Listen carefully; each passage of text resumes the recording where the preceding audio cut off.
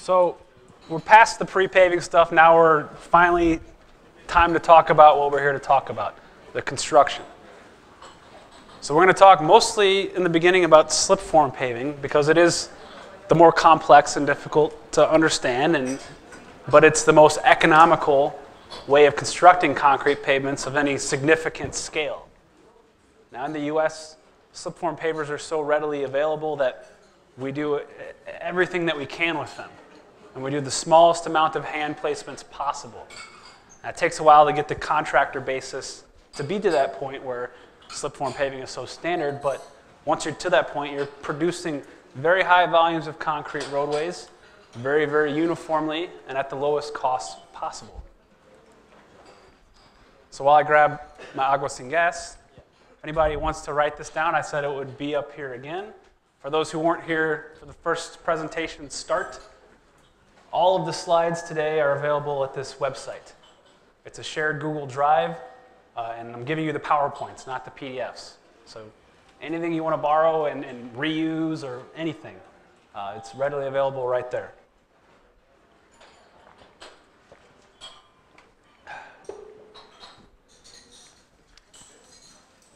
So last presentation was about pre-paving. Now we're here to talk about paving. And there's a field reference for this as well. This is another document that I worked on while at ACPA. It's the primary reference for this next hour or so, the process of paving. Now after that, we're going to talk some about international paving practices.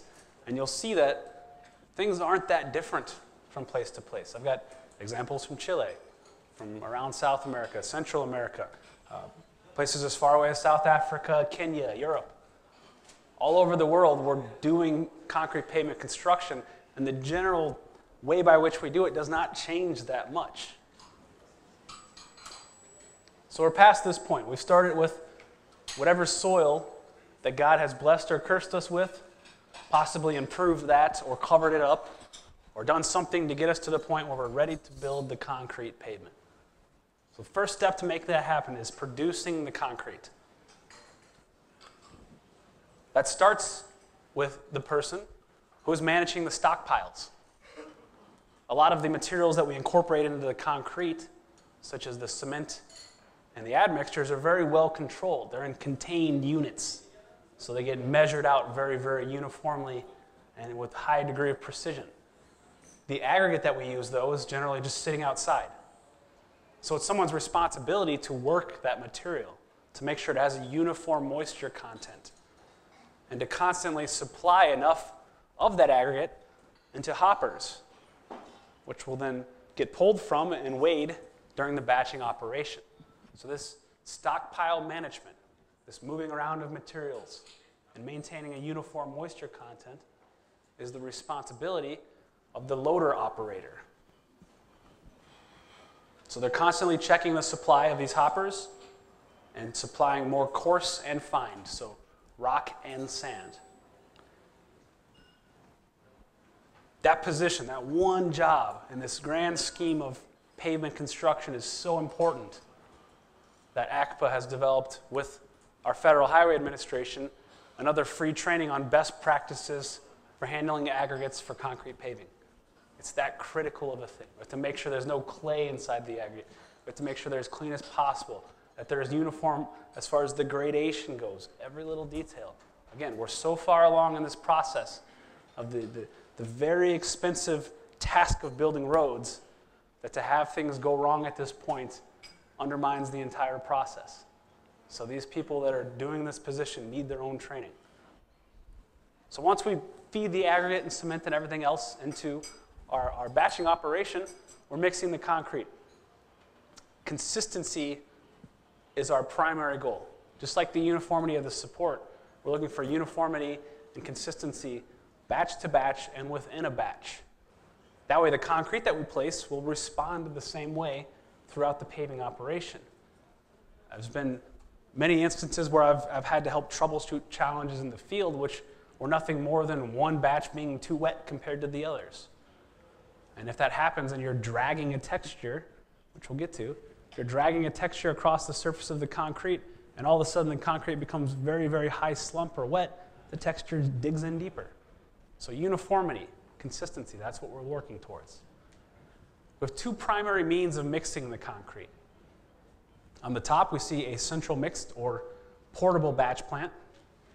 And when the volume of construction is high enough, we can transport these central mixed batch plants out into the field anywhere in the world. So we just have to get the materials to that plant, and that plant is close to the job site. That minimizes our transport or hauling distances. If we're close to a city, we can use truck mixed or ready mixed concrete, where the trucks themselves are doing the mixing of the concrete.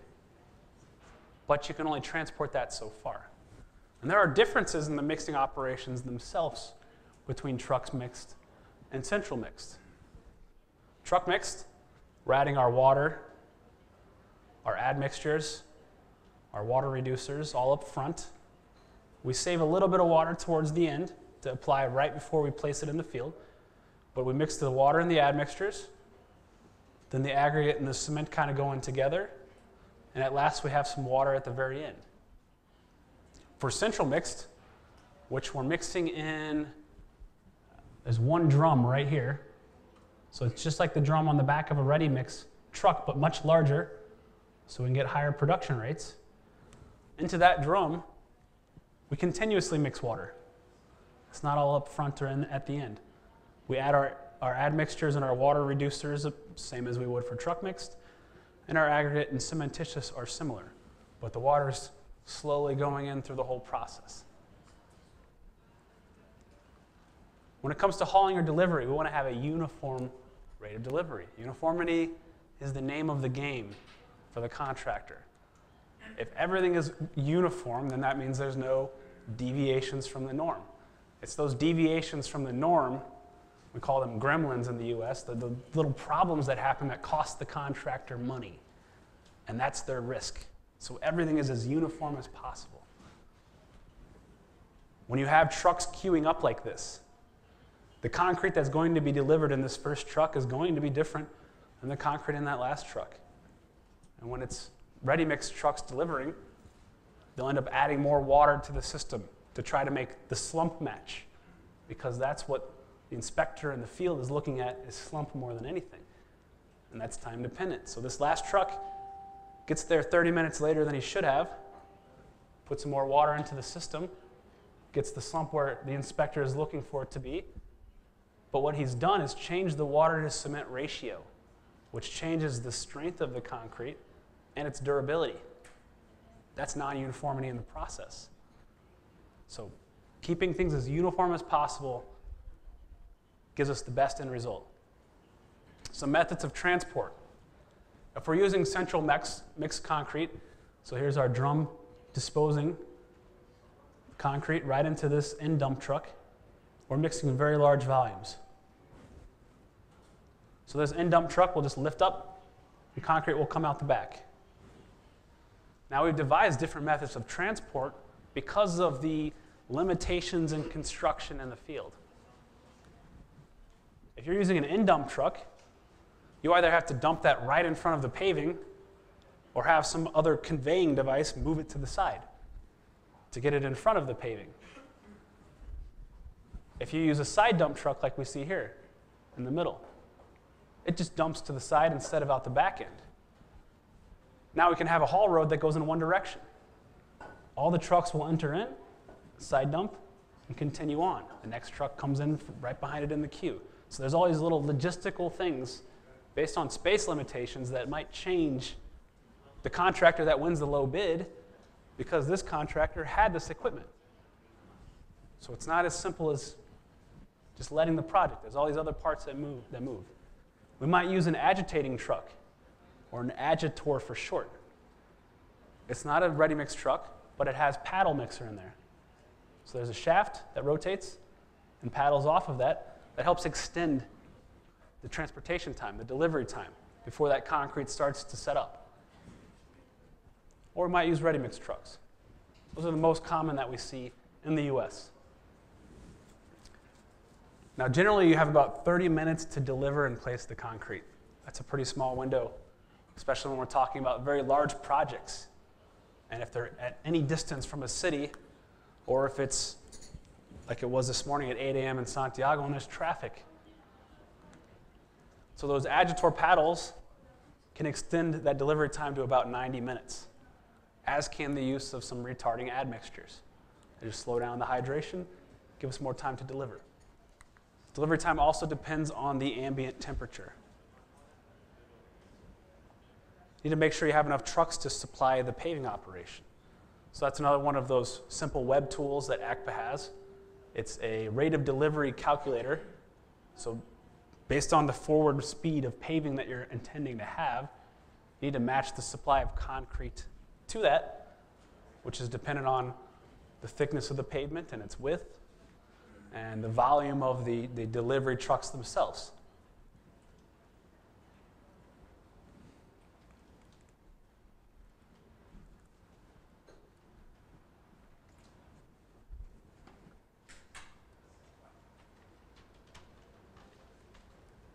One second.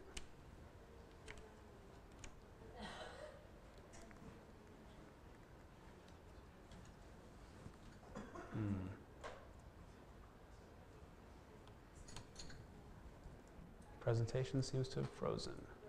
There we go. So ready mix trucks. This is both for mixing and delivery. But you have to be close enough to the ready mix batch plant for this to happen. So this is most common for streets and roads because those are the things that are near the city. We generally have about 90 minutes to deliver the concrete. We see a minimum number of revolutions specified around 70 and a max of about 300 typically. So the longer they are into that delivery window, the more they will mix it.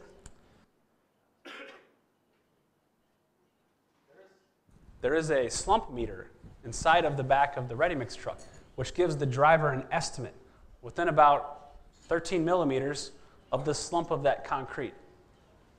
Again, as with any slump test, this is quality control purposes only. This does not say that that concrete is a specific strength. All it says is this is the consistency of that concrete. So when the contractor receives ready mix trucks because they're not controlling that operation like they are with central mix, they get a batch ticket. It tells them what the proportions were of everything that's being delivered. So that's one fundamental difference. Central mix, contractors doing it all themselves. They're dealing with the material suppliers and they're purchasing rock and cement and everything else. They're mixing it themselves and they're constructing it themselves. They have full control of the entire process. Ready mix, there's an extra layer.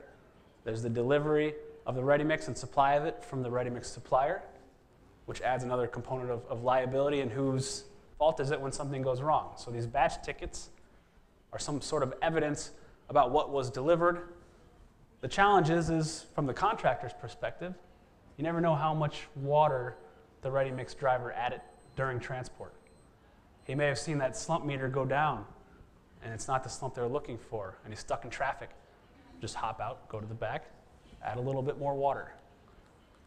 Change the slump. That changes the water-cement ratio and the concrete's durability. So there are technologies in place now that can monitor all of the water additions. Just adds a little bit more cost to that process, but those exist. We generally allow one addition of water at the construction site where the contractor who's building the pavement can see it, and that requires another 30 revolutions of the drum in order to mix that in. So we've got our concrete mixed, transported. It's time to place it. One final note before we're finally to the point of concrete on the grade. It's right there. You can almost taste it or smell it. Right before we place the concrete, if we're building on top of an aggregate layer, and that aggregate layer is very dry, when we place the wet concrete on top of it, the aggregate will suck moisture from the concrete. That dries out the concrete right at that interface and changes its properties. So to try to combat that, when we have an aggregate layer, we will use a water truck to just spread some water onto the surface. We're not trying to saturate it. We're not trying to puddle water at all. We're just trying to satisfy the water demand, make it saturated, surface dry. Then when we place the concrete on top of it, there's no reason for the aggregate to suck any moisture from it. If we're paving on top of an asphalt layer, like we would with a bonded overlay on asphalt, or otherwise, we might use some other means of cooling the surface, like whitewashing it with curing compound. So access is important. Just like that helps us kind of dictate which type of delivery trucks we might use, it helps us dictate how we're going to get the concrete in front of the paving equipment. So here they're using in-dump trucks. They're delivering in one direction. This truck is not turning around to go back. Although in some projects, the contractors, I know of 3 cases in the US, where the contractors manufactured massive turntables. So the truck would drive onto it, they'd release the lever, and it would turn around and it'd go back the direction it came. That's how tight things were. So there are ways to get around this, but here he's driving forward, stopping in front of the equipment. The device in front of the equipment is called a placer spreader. And it has an arm that just comes down. The truck dumps the concrete. There's a conveyor that then brings the concrete up into the paving. The arm lifts up, the next truck can drive up. Arm down, concrete, convey. So it's a process that just cycles. Here we have a placer off to the side, which just has a conveyor, moves the concrete back and forth. What they're doing right here is bad. That's too high of a pile of concrete. It should be distributed as evenly as possible. Of course, with ready-mix trucks, we have chutes on the ready-mix trucks, or we can use a placer spreader here. So they have another conveyor system. Here's a photo of the string line having to be so far off to the side, way off to the left, and very high up, so that we can get our delivery vehicles underneath that, because there's nowhere else for the string line to go in this project. If we would have had the string line here, the haul road would have had too steep of a slope there, and it would have been dangerous.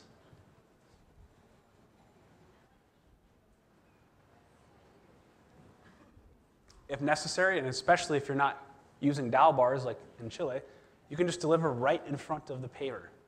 So the trucks can back up on one side, dump, move over, and just keep changing sides to stay out of each other's way logistically. If you're doing this, though, you have to ensure that the subbase is of a high enough strength to support those heavy truckloads, because a truck full of concrete is not light. If you're CBR 80 or plus here, that should be sufficient without rutting of the subbase.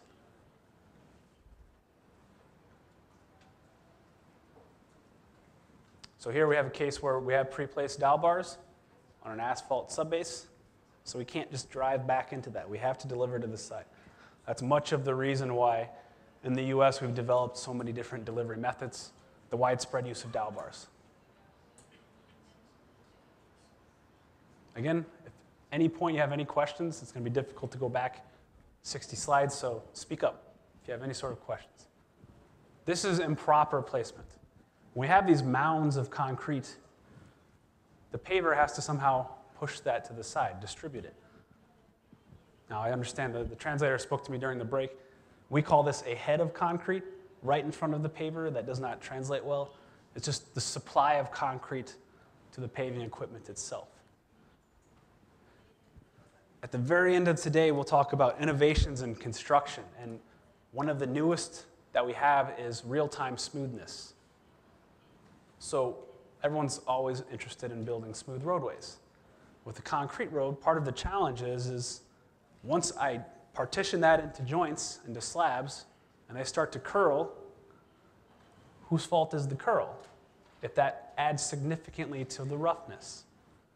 Is it material selection, which is usually the owner specifying certain things?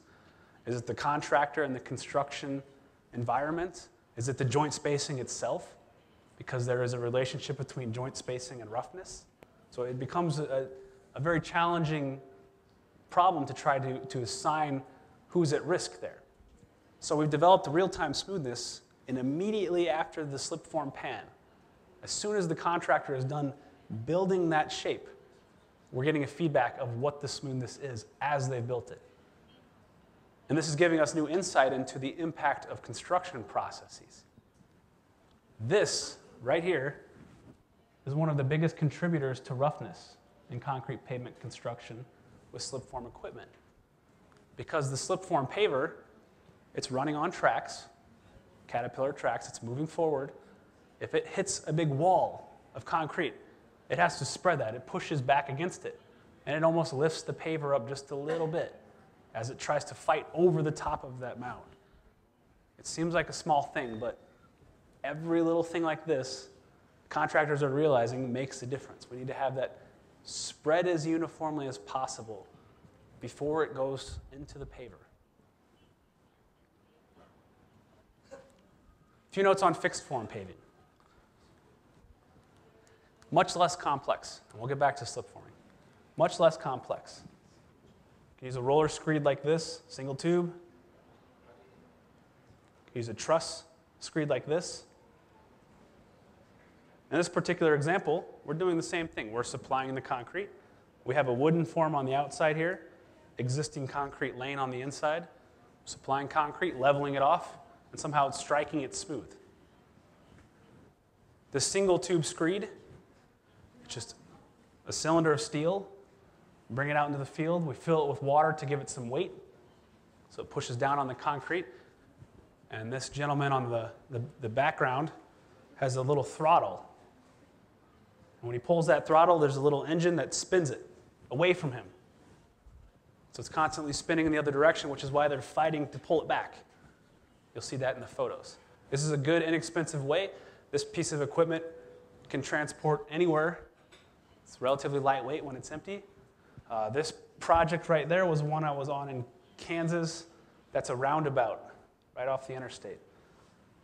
So we build some pretty high-speed roadways with fixed form paving. This looks to be on a bridge where they have that truss cantilevered out. Same idea. They're supplying concrete, they're spreading it around, leveling it out, and then striking it off.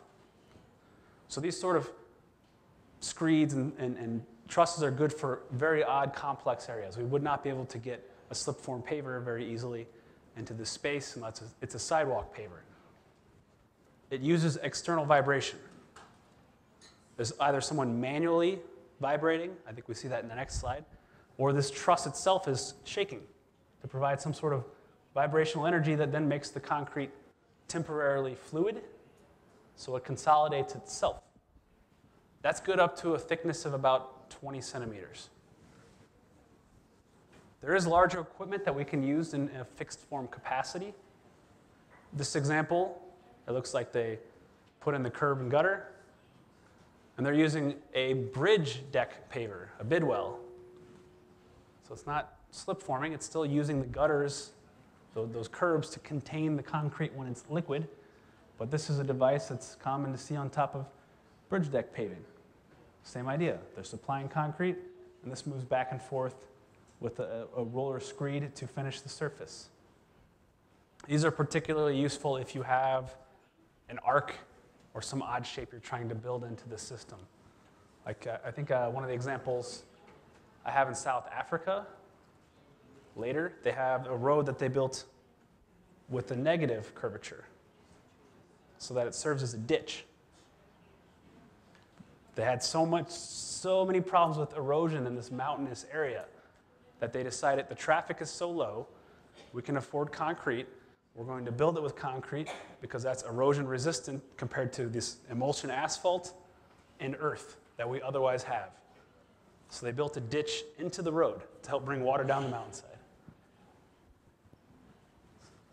You can do that very easily with this. That'd be a little trickier to do with slip forming, just because the equipment's typically set up to go up. So fixed form paving limitations. You can pave up to about 15 meters wide, but there are some limitations once you get too wide. We're talking about relatively lightweight pieces of equipment. This steel cylinder, for example, if it becomes too wide, it's too slender. It'll start to bend down across that width. Slip-form pavers are very big, very strong, reinforced pieces of equipment that don't have any of those sort of problems once we become 15 meters or wider. So if the placement is large enough, the contractor will probably opt to use a slip form paver. That is what gets us the highest efficiency and the lowest cost possible. So fixed form, spreading the mixture. Just like with slip form, we want to spread it as evenly as possible across that width. So here we have a gentleman using a concrete rake. You can use a shovel, but not a pointed shovel, a flat-nosed shovel, square, to pick the concrete up and move it around. You can use concrete rakes like this, but keep the movement to a minimum. Anything we do that starts to segregate the system will tend to bring the fines to the surface and cause the coarser aggregate to go deeper into the concrete. But here they're spreading it uniformly. It's being delivered by a ready-mix truck. Here they have a triple tube screed, so those go in different directions. There's still someone spreading it out before they strike it off and finish it past that point. Consolidation, if necessary, if it becomes so thick, greater than about 20 centimeters, that the screed itself can't do the consolidation. This gentleman here has a backpack on which powers this spud vibrator. So it's just like the vibrators on the slip form equipment, except it's one single vibrator. So they will dip that in one location, move over, dip that in the next location, and always do it vertically so they have a constant zone of influence. If they go in at an angle at all, it causes, or drag the vibrator, it causes problems. So they do this vertically about 0.3 meters on center. And they have to make sure they get the edges more than anything to get consolidation right at that point. So this is a pretty liquid concrete compared to what we see in slip form paving. It's not taking that much work for one man with a concrete rake to just spread it out. You can see he's trying to go at it one-handed here. So he's got to pull pretty hard to get that thing moving in the direction that he wants it because it's spinning the other way, away from him. And that spinning just helps close off the surface. It's constantly dragging paste at the surface. Dowel bars and tie bars. Of course, if we have formwork, we have to somehow insert those through the form, or once the concrete is hard, drill into the concrete and then epoxy them in. It's much easier to do it when the concrete is plastic. So here's a steel form where we're inserting tie bars. This project is from an intersection in Indianapolis where they're using 3 different types of formwork in one project. I guess 4, really. They have existing concrete. That's one type of form. We're paving right up against that. They have steel forms. Here's a straight wood form. And here's a flexible plastic form. They've got 2 thicknesses stacked on each other. So there's a lot of different approaches to getting it done. You just have to support the concrete. Once it becomes thick enough, and this section was about, what was that? Well, it was a little over 20 centimeters if I had to guess from memory. Once you get tall enough and the concrete is relatively fluid, it has a high slump, there is a fair amount of formwork pressure. So you can't just use any forms. These have to actually be engineered and supported somehow, which is why these steel forms have such a wide footprint to help resist that bending over, that spinning over of it. Construction joints. So here's a header joint, as we call them. This is a system of plywood sheets in here where they've just drilled holes to help align the dowels. So they have underneath this tar paper, I think 3 vertical sheets of plywood. So the dowel bars stay perfectly aligned across there. This is the end result once they've removed that in a different spot. So a simple box, a simple jig developed by the contractor ensured full alignment in this case. For fixed form paving, thickness verification is a no-brainer. We set the forms, we know that's how thick we're going to build the pavement. There's not much question about that. For finishing, we can use a roller screed. We saw that, the single tube, triple tube. There's other devices, laser screeds, we'll see in a bit. We saw a bridge deck finisher. Any means we have to finish the concrete, to close it off, we can use. Can even just use a plywood or a wooden straight edge, a 2x4. Depending on the desired surface texture, there might or might not be subsequent finishing necessary. If you're going to create a very rough texture, there might not be concern about how closed off the surface is necessarily. If you're trying to steel trowel the system, like you might in an industrial application, you want that surface to be as smooth and closed off as possible before they apply that finish. Generally, for roadways, the finishing is the same as it is for slip-form paving, with the straight edge and then some sort of texture after that. With forms, we have to remove the forms before we saw cut. Otherwise, we're going to saw cut into the forms, and the metal forms especially are not the cheapest things to have. So they remove the form work before saw cutting, and we'll catch up with where things go from there. But the texturing and curing, opening to traffic, all those sort of details for fixed form are the same as they are for slip form paving. So we'll get back to those. So we're picking up after the concrete delivery. Our slip form paver generally will have these placer spreaders at this point. You can just try to uniformly distribute the concrete with some conveyor or ready-mix truck, but in the US, we see more often than not a placer spreader ahead of the slip former. So this device is receiving the concrete and spreading it across the width. So the auger will be here instead of inside of the paver. Or the paver, in this particular case, they have the vibrators and an auger right above that, just for distribution at the surface. So we talked about this, that arm will drop and raise as necessary for trucks to pass. Or we can use conveyors. Some more examples. Sometimes we'll see these in asphalt operations too. Just conveying the concrete to move it around. So we're back to this point. We have our concrete head or constant supply of concrete out front. We're getting that there with the placer spreader or some other means. So the next thing we see is the auger. This is just a large horizontal screw. And there's someone operating the paving equipment, standing up top, always looking down the front, seeing what the supply looks like, looking around the back to see what the final product looks like, constantly keeping an eye on things. So it's this person's job to make sure all the parts within there go well. And they have a panel here which functions for a lot of different things, but the first thing is switches for these augers. And it's like an Archimedes screw, basically. We just spin it one direction, it pushes, spin it the other direction, and it pulls. And all we're trying to do is make sure we get concrete way out there into the corners. It sounds simple, but the paver is constantly moving forward.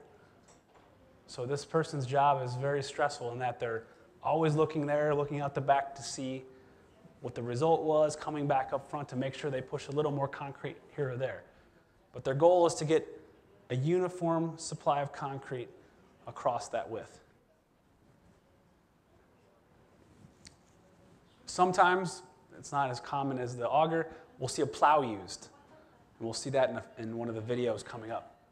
So instead of a screw turning and pushing concrete back and forth, this is a physical plow, pushes, comes back the other way. So past that point, again, some machines will have a strike-off, not all, to help manage the amount of concrete coming into the side forms themselves. But we next have the side forms and the vibrators, which work together. They're both necessary at that one point. Side forms just contain the concrete. Because when the vibrators go, when those are vibrating, the concrete becomes a fluid temporarily. So all these are doing is preventing that fluid from just spilling out the sides. So they're relatively rigid and strongly reinforced. If you look close at this photo, you can see one perspective of that edge slump. So remember, we're building it up taller than it needs to be. You can see that perspective is a constant angle. This one kind of curves down to approach what it needed to be. I've got another photo that shows more of that edge slump in action, but that's right behind the pan. So the side forms contain the concrete, the vibrators as a system uniformly spaced with the frequency matching the paving speed even, temporarily fluidize the concrete. So we have our rolling head here. Concrete becomes a liquid, side forms hold it in. The standard paving equipment at this point comes with a device like this, because the challenge of vibrating is that if I'm moving along at this speed, my vibrators have to be very fast. If I slow down all of a sudden, if I have that same vibration, it segregates things. And then I have these vibrator trails. So the vibrating frequency has to match the speed of paving. Luckily, it's not that difficult of a thing to do with a relatively inexpensive piece of equipment. Vibrators are necessary anyway. This vibrator monitor system is just a supplement to that that makes everything work better and produces a more uniform system. So I guess to emphasize that point, these trails caused because the vibrator frequency was too high are entirely paced. So right where the vibrator was, it pushed all the aggregate away. So there's just lines of paste right down that road. So after that point, there may or may not be a tamper. Tamper just goes up and down. It helps just provide a little bit more consolidation. The last thing we'll have is a slip-form mold. But inside of this area right here, if we're using dowel bar insertion, that's when it happens.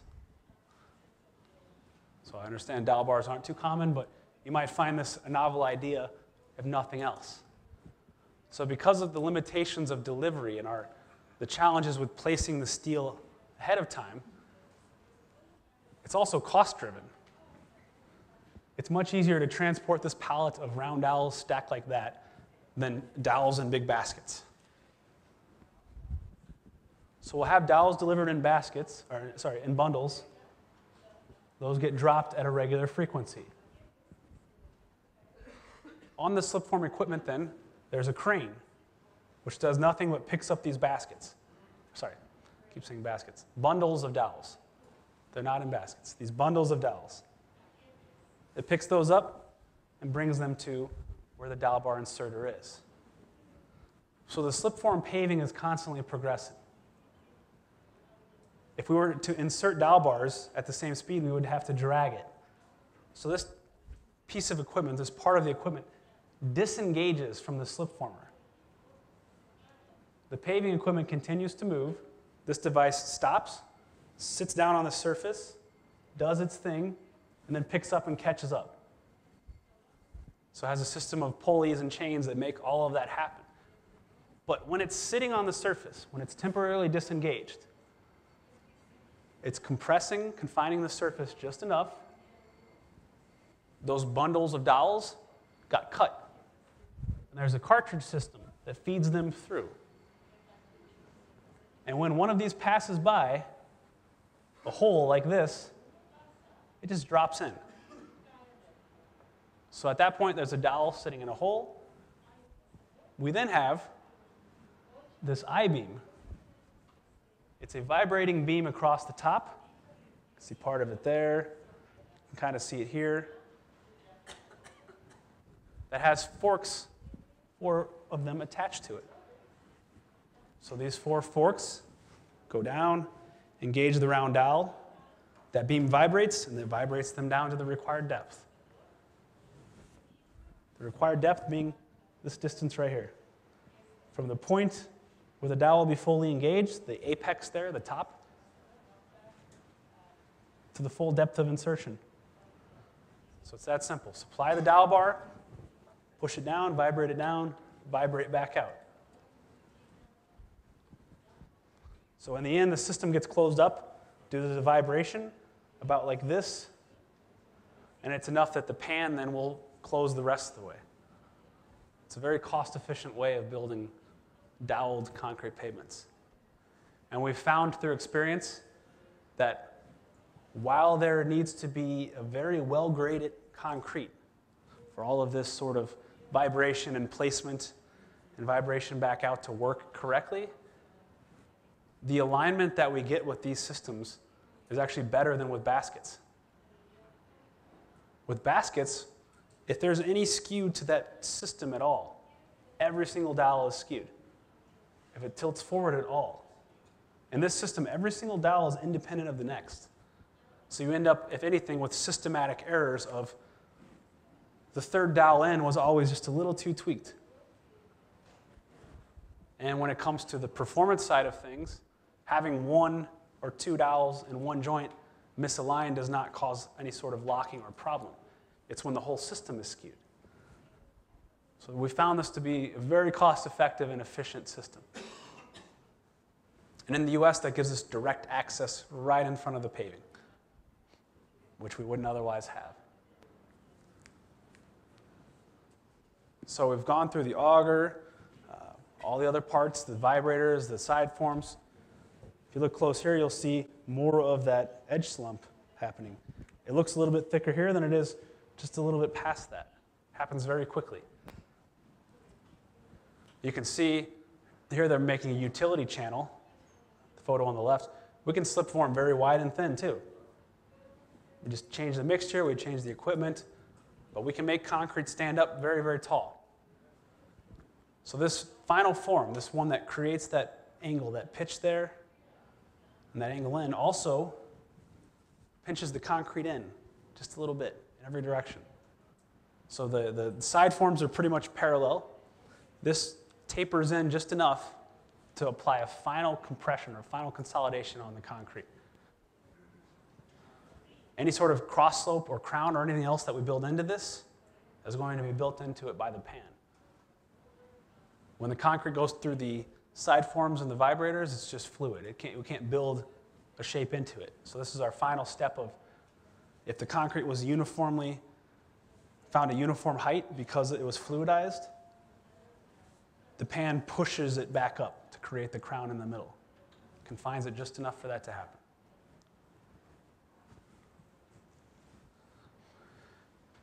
So just like with dowel bar insertion, we can insert tie bars into the plastic concrete as well.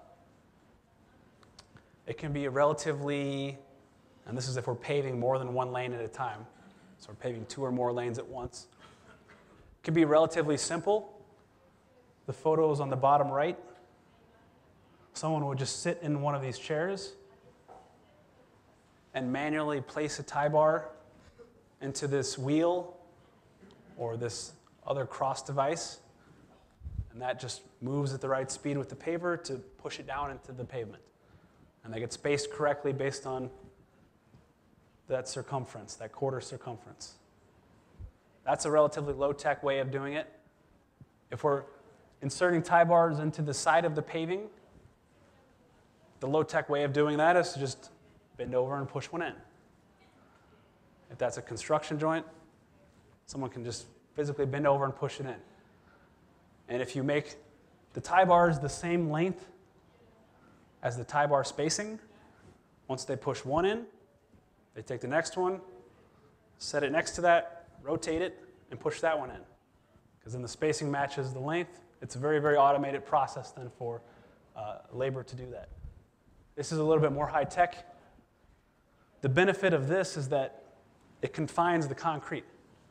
If you're pushing a piece of steel into a thickness of concrete, and that slab is confined on the bottom, when you push that in, it's going to push up on the concrete and leave a little tiny hump right at the surface. So this helps us prevent that action by confining the whole system. Here's the end result of this device dragging through the fresh concrete. So it's roughing up the surface some. It's not really that bad. That can be closed off in the finishing operations. It looks like here, yeah, that is happening right before finishing, it appears. No, this might be during a placer spreader. I don't know that piece is. Yeah, that is a placer spreader, 350. So that's happening before it's even going through the slip-form mold. Now, the fluidization of the concrete with the tie bar inside of it will cause the tie bar to move around some and misalign some, but a tie bar is meant to lock the joint, so having it be somehow misaligned is not a problem. It's only going to better lock the joint, as long as it's not totally sideways. So some misalignment in tie bar location is okay, as long as you have concrete cover. We'll see a video of an even more automated method. It's comparable to the dowel bar inserters, but we have a device called the rocket launcher that just punches tie bars in at the right spot, one at a time. Sometimes we'll even use two-lift concrete pavement construction. We did this for a very long time in the early 1900s when jointed reinforced was common. We used fixed form paving. We built half the thickness with a spreader of some sort that sat down inside of the forms. We placed the steel fabric, and we finished constructing on top of that. So that's always the first question engineers have. How do you know the concrete will bond to the concrete? We've been doing it for 100 years, and it works, as long as it's still fresh. So once you get over that technical concern, this really opens the doors to a lot of different things. We're using it in the US more in pockets where we need to provide enhanced aggregate at the surface. So say we have a lot of limestone or aggregate that might polish easily. We can build the system to be 3/4 of that, and in the last quarter, we'll just pass by and use higher quality aggregate just to close off the surface, to cap the surface with a more durable material. So it could be economics-driven, sustainability-driven. We could just use fibers in one half the thickness and not the other half. We have opportunities to do a lot of different things when we functionally grade the system. In Europe, they'll use it to allow for an exposed aggregate surface. So for the same reason, they'll use the higher quality, lower or a finer gradation material at just the surface and not through the full thickness.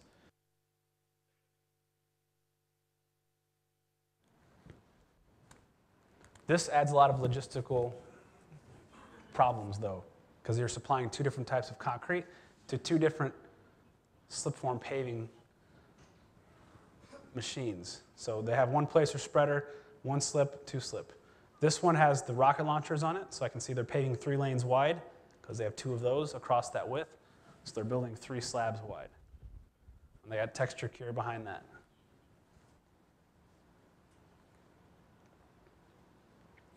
We want to avoid stopping the machine at all costs.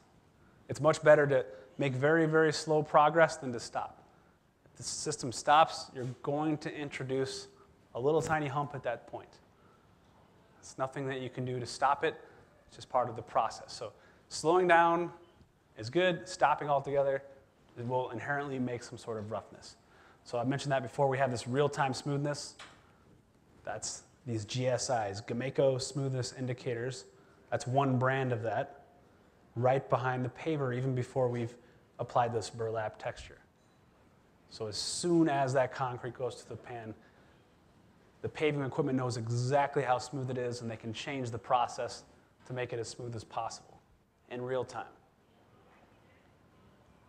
For slip-form paving, our thickness verification, generally we will use someone on a bridge like this, an inspector, who just probes down into the pavement, wipes off the rod, waits till the next time, probes down, measures how deep it is.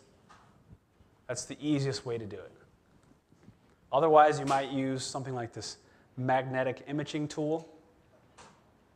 The challenge here is that it requires pre-placement of metal sheets. So just little metal discs, throw those out into the field. We know where they are, use GPS, and then we can ping off of that, bounce off of it with magnetic imaging to know exactly how thick that concrete is. Or if necessary, if we have to do something destructive, we'll core the concrete. That in the US, we do that as little as possible, because now you've created some sort of non-uniformity, which is going to cause a difference in performance. So we prefer not to do that.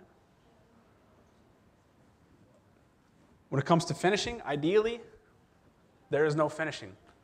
The slip-form paving pan itself has created a perfectly closed surface. The materials were well graded enough to allow that to happen, and hopefully these people are just standing around. If necessary, though, we'll use this straight edge. Now this truck's out in the cornfields there, probably in Iowa, a little ways away, but you can see, based on the scale of this person, that straight edge is longer than one vehicle. So we're trying to get rid of that wavelength that's going to cause roughness in the ride by using this sort of straight edge. We don't want to add water at this point and overfinish the surface. If they're having problems closing the surface, something needs to change before that point. If the surface is not closed, we do have opportunities to fog the surface and curing and try to replenish the moisture that evaporates. But if you add a bunch of water at that point, the most common thing you'll see is a stick with a rag, just duct taped to the top of it, someone walking around with a bucket, stick the rag into the bucket and bless the slab. I was raised Catholic, so stick the rag into the bucket and bless the slab. That's what they do. That adds water to the system. Again, changes the water to cement ratio, changes the properties of the concrete right at the surface. That's the point that is most critical. If you're going to have freeze-thaw damage, it's going to happen at the surface, not in the middle of the slab. So you don't want to do that.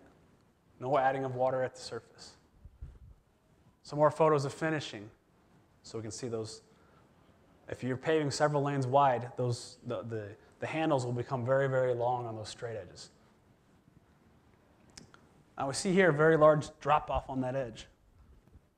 That's got to be Oklahoma, judging by the color of the soil. Over here, I know that photo's from Iowa. I was on that project. If you look close at the edge, there's not that drop. Now, these are both low-volume roads, and that's why I put them in here together.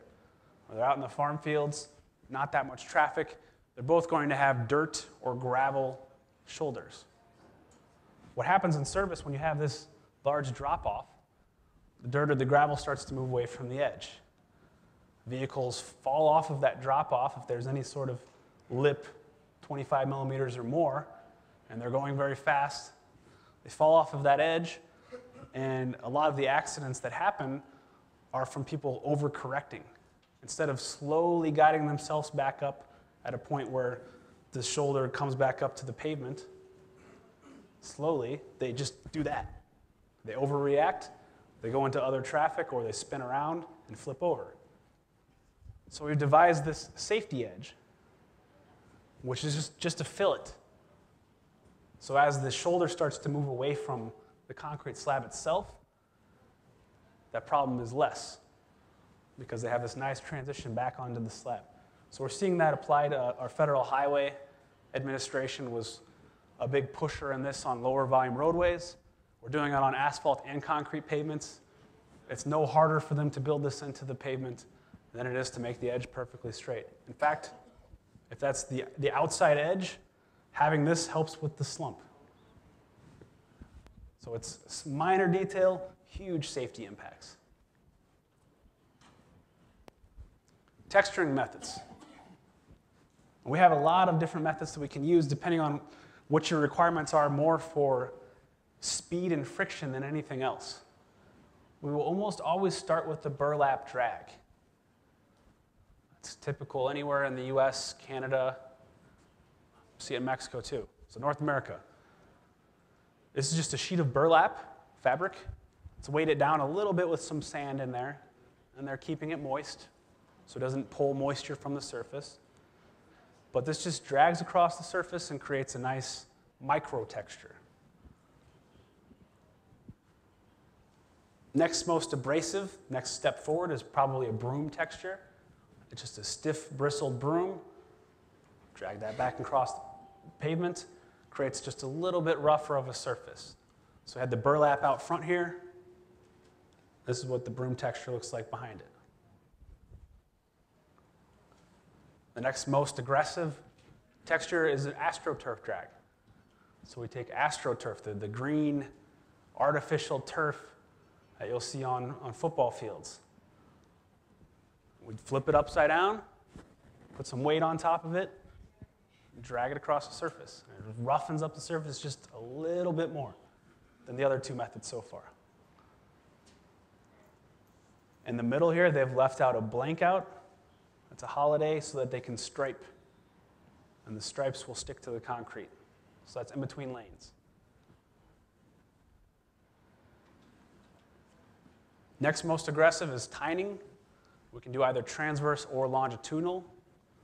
Bottom left here, we see edge of pavement. We see tie bars. And this is on the texture and curing machine. It will stop, moves forward, it stops. It drops these tines and drags them across the width.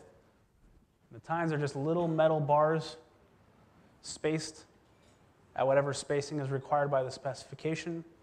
It might be uniform, it might be non-uniform. It all depends on what the owner is looking for. We see a lot less of this now and a lot more of this, longitudinal tining. Same idea, but instead of going back and forth and having to stop the equipment, we're constantly dragging it behind the paving. So the tines are in the direction of paving the whole way. Now, the original reason why we saw a lot of transverse tining, so against the direction of traffic, was that engineers had this idea that somehow the water would more easily flow out of the pavement system at the surface. Doesn't really make a difference. And that it would be a higher friction, because if you hit the brakes in your car, that's opposite the direction that you're traveling. So intuitively, you would think having the ridges that direction would help stop you. Also not the case.